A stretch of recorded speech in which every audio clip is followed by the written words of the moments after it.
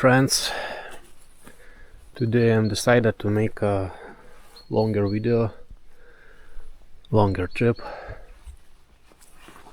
and I think I'm gonna make about 100 or 200 kilometers per one day just in this forest.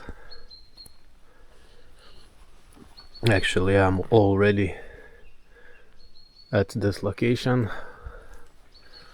From home to this place it's about 60 or 70 kilometers, and what I noticed that sometimes you made about 20 kilometers in one way and suddenly see this problem is not so serious, but sometimes the tree blocks the whole road is blocked by this tree, and sometimes you have to turn around and make those kilometers again to go back. I don't know, maybe I'll try to pass this fallen tree, riding more left, and I'm gonna